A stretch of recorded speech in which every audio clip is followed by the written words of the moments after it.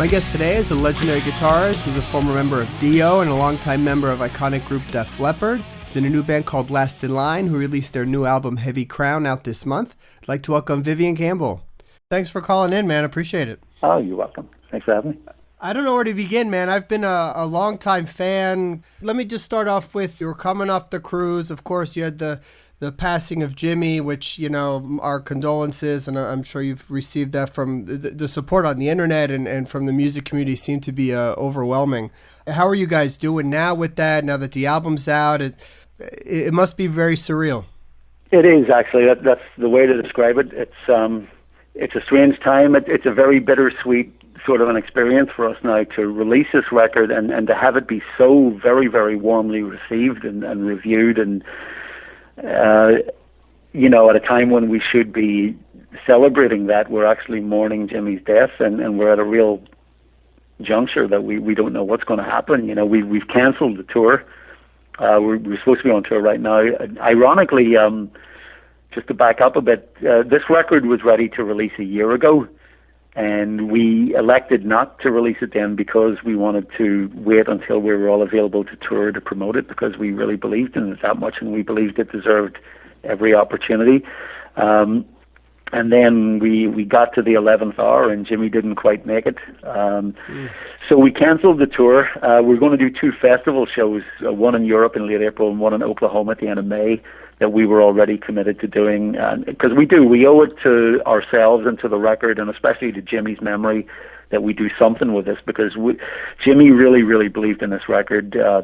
Jimmy believed in this band and this record so much, he actually went out last year and got a tattoo. He died with one tattoo on his body, and it says Last in Line. You know, he was so excited about this band and this project and this record, and so we owe it to his memory to do something with it. So, which is why I'm talking to you today, and why we'll do those 2 festival shows at least. But in the long term, we really don't know what'll happen. I guess we'll see how the record is received in the long term. Yeah, that's a tough loss, man. And the thing is, for anybody that's had a chance to hear the record, just came out. It's a great album. I mean, it's not like a lot of rock albums that come out these days. It has kind of a retro vibe and calls back to that old kind of style, but it's very fresh. The songs kick ass, and it's a good, solid rock album that really everybody should go out and hear. Thank you. Yeah, we were very, very pleased with it. We knew it was going to be good, and we're just equally thrilled and flattered at the reception it's gotten so far. You're right, it is a bit of a throwback. I mean, the sound that we make, Jimmy and Vinny and I, when we play together, it is the sound of the early Dio records, because we were 75% of it, you know? Yeah. So we can't avoid that. So there are certain songs in the record that absolutely sound like they could have been on Holy Diver. But with Andrew's influence, it does make it a little bit more modern on other songs and pulls it in a different direction. And, sonically, we definitely wanted to make this record reminiscent of records of that era. You know, we were very conscious of that when we were making the album, from a technical point of view. I don't mean about the songs, I just mean right. How they were recorded. We tracked it. We kind of approached it with the same spirit that we went in to do the Holy Diver record with, in terms of the writing and of the recording. We recorded the tracks live, guitar, bass, and drums, and then I double-tracked the rhythm guitar, and then I do a solo, and then we'd listen back and see if we wanted to highlight any other little parts of the song with little small guitar embellishments. But we really kept it all to a minimum. It's a very, very, very clean production. And most importantly, we didn't compress along the way. We didn't compress at the tracking stage or at the mixing stage or at the mastering stage any more than we really had to, because modern records are super compressed, like hyper compressed, right, to make them sound louder and punchier. And it's an old trick, and people have been doing it for the last couple of decades, but it for me personally, and for the other guys in the band, we all share this belief. It takes a lot of the dynamics and a lot of the cleanness and the sonics out of the record, and we wanted to hear that space. We wanted to hear that air around the instruments. We wanted this record to sound crisp, and that's why when you put it on side by side with another modern record, it might not seem as loud at first because it's not as compressed, but I think it'll sound clearer as a result, and that was what we were hoping to achieve.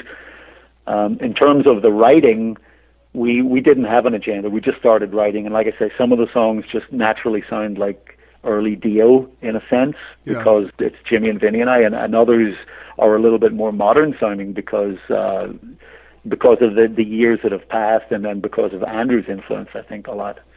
Well, when you go back to talking about the sound of the album, it's apparent right from the beginning. You know, the guitar tone for Devil in Me, the first track on the album, when the drums kick in, it has that sort of open, raw guitar, rock band, almost AC/DC type feel or something that, I think it totally comes across.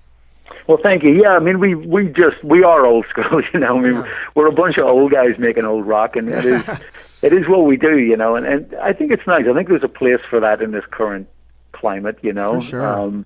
I think there's a real honesty to it, a real purity to it, It was absolutely not a contrived record. Nothing about this project was contrived. We didn't even mean to do this, We just got together to jam one day, and that led to us going out to do songs with Andrew, songs from the Dio era that we wrote and recorded with Ronnie, and that was our agenda at that time. And then it kind of grew, and we started playing international shows, and then we got offered a record deal if we wanted to make new music, and here we are talking about the new album. But none of it was ever, it's not like we ever sat down and said, this is our 5-year plan. It just kind of happened. It all kind of grew out of the desire to play together again. Talk about Andrew a little bit, and what a surprise he is on this album. I mean, this is just the perfect voice for this. How did he, how did you find him, and you just realized he was the guy? Well, again, by accident. So this all started back in 2011. I had Def Leppard were very inactive at the time, and Scott Gorham from Thin Lizzy called me up and asked if I would be interested to go on tour in Europe for a few months as a stunt guitar player for Thin Lizzy, just a stand-in kind of thing. And I leapt at the chance, because Lizzy were a massive influence for me in my formative years when I was a teenager, when I was really, really honing my craft as a guitarist. And I was very familiar with the catalog. And then I went out on tour and playing with Lizzy. I'm on stage with Brian Downey on drums and Scott Gorham on guitar, and just reliving my youth and my fantasy. It's like a wet dream, and playing Emerald and Jailbreak and Black Rose, and it was so inspiring to me, and I really reconnected me with that time in my life when guitar was everything to me. And I came off of that tour, and I just wanted to play guitar. I was so reinvigorated and reconnected to my instrument again. And I called Vinny and Jimmy, and I just said, you guys want to go in a rehearsal room and play? And that's what we did. We just started playing. And at that point, it was 27 years since we played together. Wow. In 2011. And as soon as we started playing, it was absolutely instantaneous. The electricity, the chemistry was there, and we all got so excited, and we're getting goosebumps, and it was kind of eerie in a way, and we were just all transported back to that time. And we played for a couple hours, and Vinny suggested, he said, we need a singer to complete this. And he said, I know this guy Andrew Freeman, he lives close by, let me give him a call. So he literally did just that. He called Andrew right there and then, and Andy drove down and came in, and that was the first time I met him. And as soon as he started singing with us, that's when I had the idea to do something with it, because, like I said, Jimmy and Vinny and I, the unmistakable sound of Holy Diver, of Last in Line, Sacred Heart, of the early Dio records, and this singer who was powerful and passionate and strong enough to sing on top of the enormous sound that the three of us made, but yet he didn't sound anything like Ronnie. He had this completely different tonality and did his own thing with it. So I just thought it would be interesting to go out and do some shows. And I said right there and then, I didn't give it any thought. I said, let's just call it Last in Line after the record, because Ronnie had passed away a year before, and it was just, we were the last in line. Jimmy and Vinny and I were the last ones, and it just seemed appropriate to call it that. And like I said, that's what we did, and we just very sporadically did a couple of occasional local LA area shows, and a couple of years later we were offered the opportunity to play in England and Japan, and after we'd done that, we got the offer from Frontiers Records if we were interested in making new music. So at that point we just said, well, why not, let's give it a go, and we started writing, and it just the songs just fell out. It was so easy to do. It was just so much fun. How did some of the songwriting go into, like lyric writing, and that do you guys write it together? Did Andrew write the lyrics, or how'd that happen? Andrew wrote all the lyrics, yeah. I had suggested a couple of titles and a few lines to him here and there, but I mean, we're talking absolute bare minimum things. Andrew 100% wrote the lyrics on this record. Now, at the time we started working on the album, Andrew had moved to Las Vegas, so it was just Jimmy and Vinny and I, usually on the writing sessions in LA, and Vinny would record stuff on his little Zoom recorder, and then once we had what we thought was an arrangement for a song, he'd send an MP3 to Andrew, and Andrew would write back to us and say, this is great, I can work with this, or he'd make suggestions to us. And then there were other times when Andy would travel to LA and he'd be in the room with us, and there was a few songs that actually wouldn't have happened if Andrew hadn't been there with us. The most glaring example of that is the song I Am Revolution, which we were playing as a halftime piece. It was a big, slow kind of song, and Vinny said, you know, we got enough of these slow kind of songs. We need something that rocks.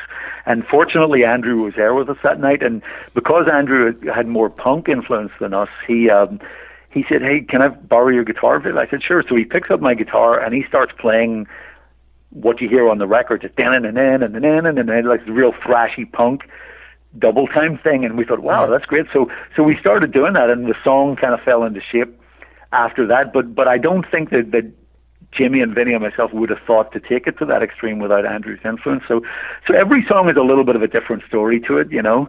It was obviously always better to have Andrew there in the room with us. Stuff happened a lot quicker, but you know, we also spaced out the writing and the recording of this record over about 6, 7, or 8 months.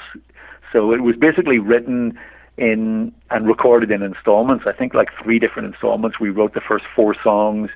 A couple of days later, go into the studio, record them, and then a month or 2 passed before we'd reconvene and write and record the next 3 or 4 songs and so on.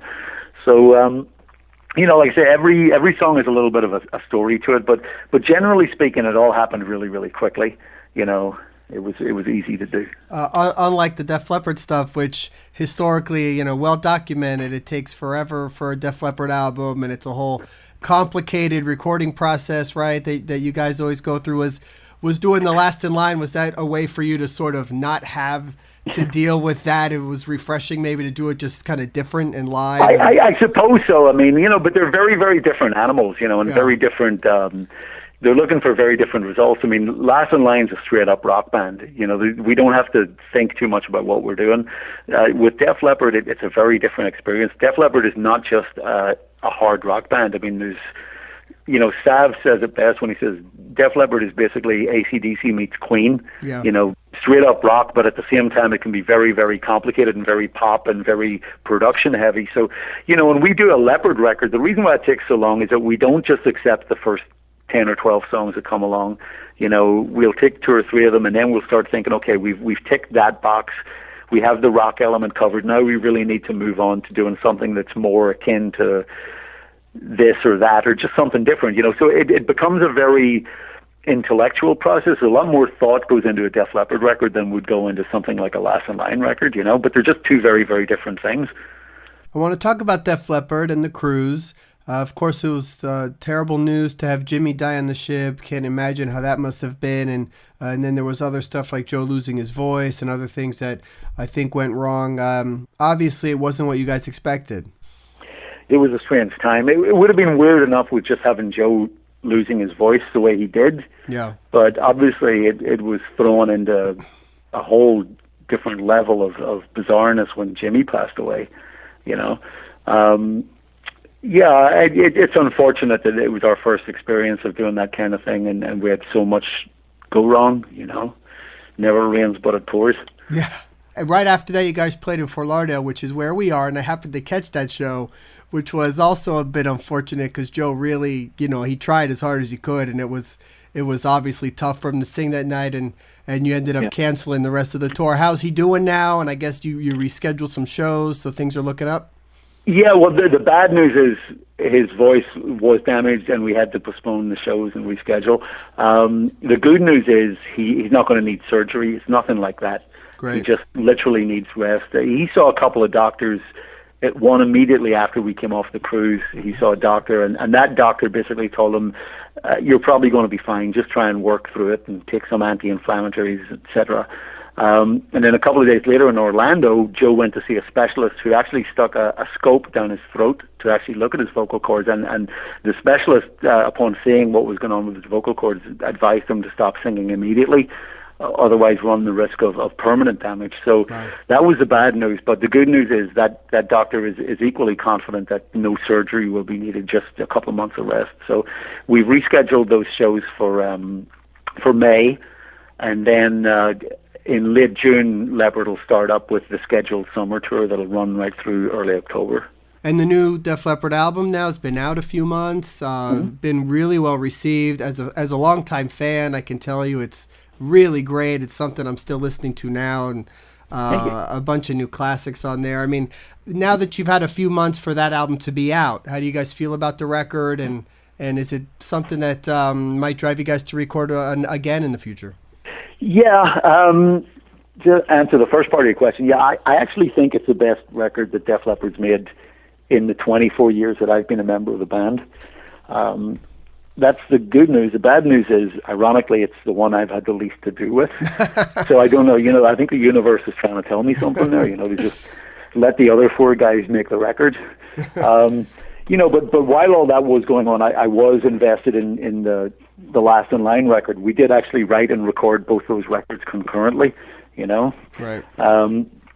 So to answer the second part of your question, yeah, I think we've all been very encouraged by the response that it's gotten, and we also feel really bad that it took so long for us to make that record. Between that record and our previous studio album, Songs from the Sparkle Lounge, was something like 7 or 8 years. It was something really embarrassing. So I would think, given the fact that we toured so much in 2015 and we're going to tour pretty extensively again this year in 2016, that I would think next year in 2017 we'll probably not do so many live shows, if any at all.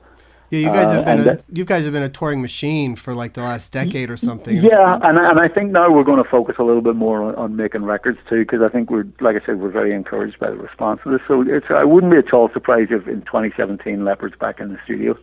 Yeah, what's funny about, I actually had a chance to speak with Phil on an interview maybe a month and a half ago or so, and I brought up something that they were playing "Let's Go" on the radio on some talk show, and a bunch of the people there were like surprised that you guys were even still around. They're not on to knowing exactly what's going on, but it seemed like it was almost, wow, we missed Def Leppard. Where have they been? Thank God there's a new song. This song's amazing. It was sort of like a welcoming back of a band or something.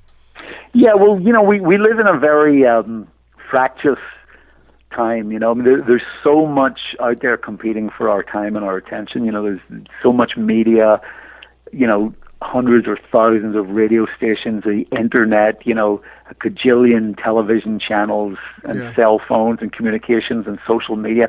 We live in a niche world. People only tune into what they're aware of and what interests them. So it's not like it was back in the 80s, So, and Leppard, we've put so much of our focus into playing live over recent decades, So it's nice to kind of get back to the thought of writing and recording new music, but it is different time. It's really difficult to get new music to people's ears. It's also really difficult to actually get to perform it live, even because your audience is coming to see you for the reason that you have a huge catalog of hit songs, and that's what you're kind of beholden to. Our audience expects Def Leppard to play those songs. Right. Every time we go on stage, we got to play Sugar and Photograph and Rock of Ages and Animal and Hysteria, and you name the problem with having a million hits. Yeah. It is a bit of an issue. It's a bit of a double-edged sword, but at the same time, we want to not be playing exactly the same stuff that we were playing the year before. We want to make it a little bit different,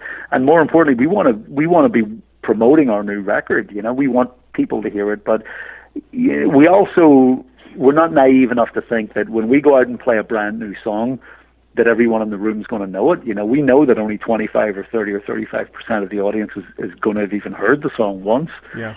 So it is difficult to perform and position new music during a Def Leppard concert. We have to be very crafty about how we insert new songs in between those classics. Right. Any new singles or videos coming from the album? I don't honestly know. I know that when we go out and tour this summer, we'll play.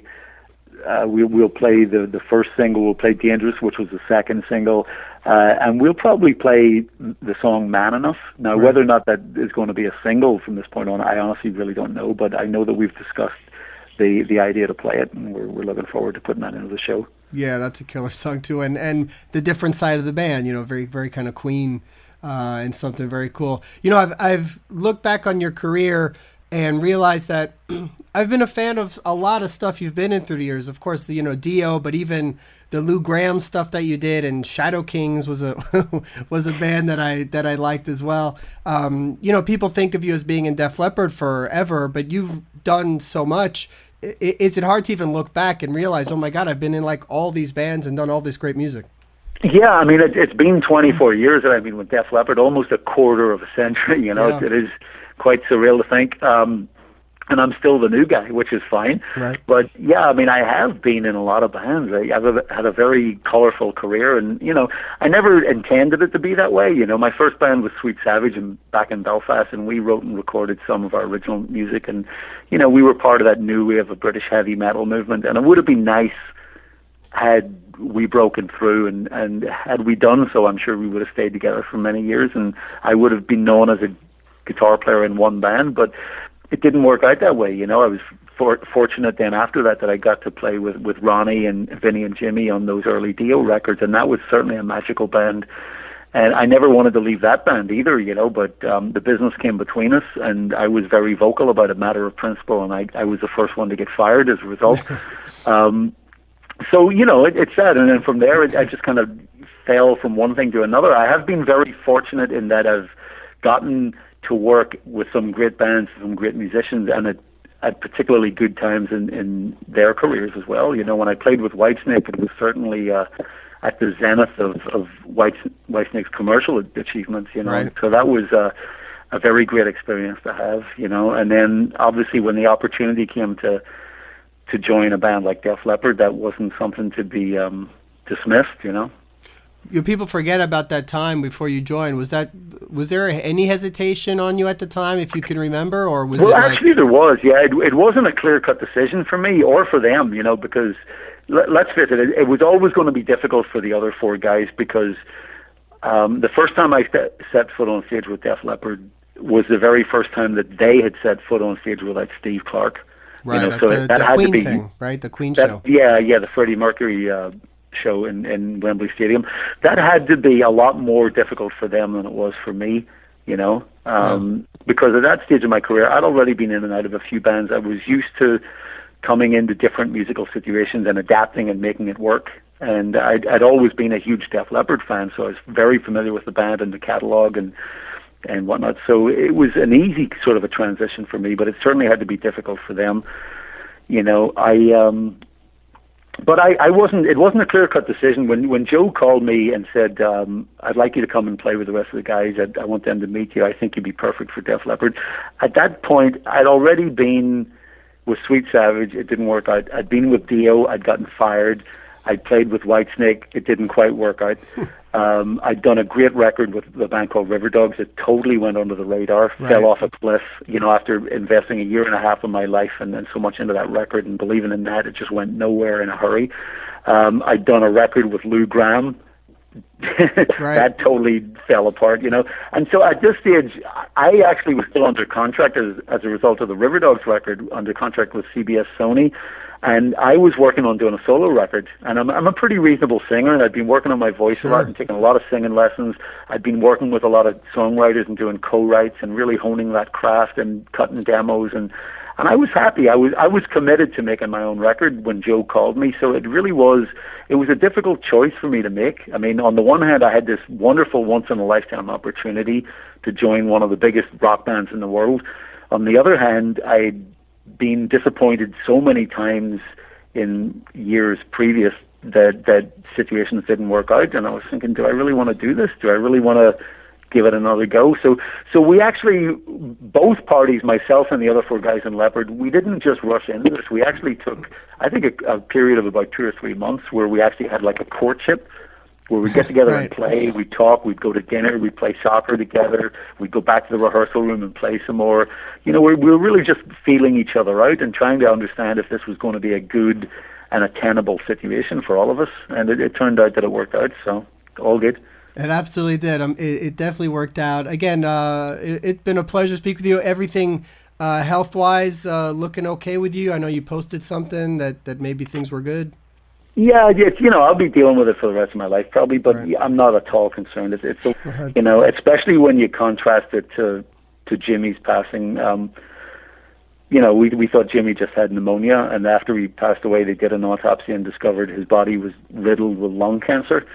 So, you know, I'm one of the lucky ones. I caught my cancer early. I've got good health insurance, great doctors, great support system, and I have always been, and I will always remain one step ahead of it, you know, so I'm not at all concerned with my health. That's awesome, man.